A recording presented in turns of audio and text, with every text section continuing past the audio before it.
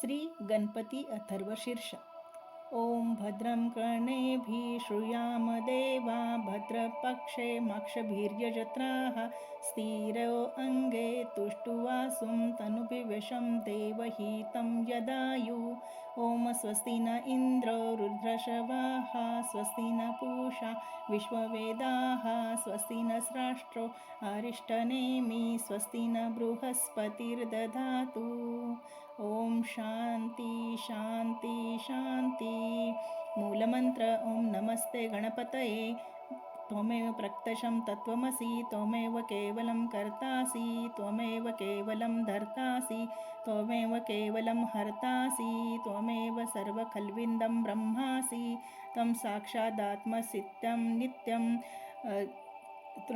ऋतं वच्मि सत्यं वच्मि अवत्वमाम अववक्ताराम अवश्रोताराम अवदाताराम अवधाताराम अवानुश्चानमवाविश्वम् अवपश्यतात् अवपुरस्तात् अवोत्तरातात् अवदक्षिणतात् अवचोर्ध्वतात् अवधरातात् सर्वं तोमा पाहि पाहि समन्तात्।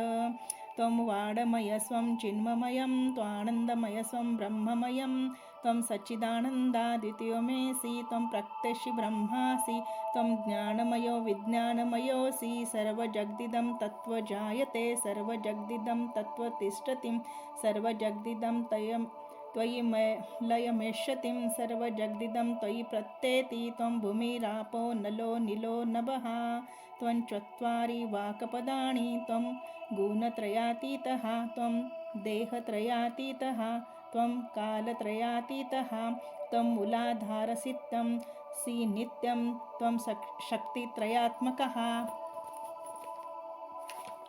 त्वा योगिनो ध्यायन्ति नित्यं स्वं ब्रह्मा त्वं विष्णुं स्वं रुद्रं स्वं मित्रं स्वं अग्निं स्वं वायुः त्वं सूर्यः स्वं चन्द्रमा स्वहं ब्रह्मभूर्भुवः स्वरोम गणादिपूर्वमुच्चार्यं वर्णादि तदनन्तरम् अनुस्वराः परत्पराः अर्धेन्दुलसितं तारेण रुद्रम् एकतत्त्वम् अनुस्वरूपं गकारपूर्वरूपम् अकारो मध्यमरूपम् अनुस्वराश्चातरुतरूपं बिन्दुतरुतरूपं नादं सन्धानं संहिता सन्धि शेषा गणेशविद्या गणकऋषिः निःसृन्दं गायत्री छन्दं गणपतिर्देवता।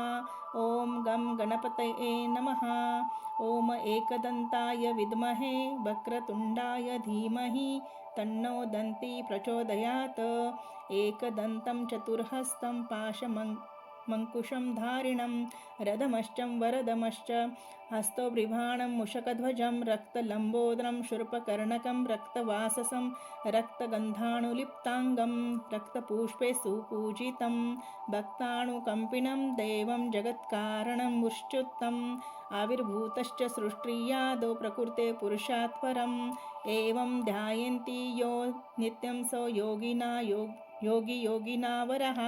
नमो व्रातपतये नमो गणपतये नमः प्रथमपतये नमस्ते अस्तु लम्बोदराय एकदन्ताय विघ्ननाशिने शिवसुताय श्रीवरदमूर्तये नमो नमः।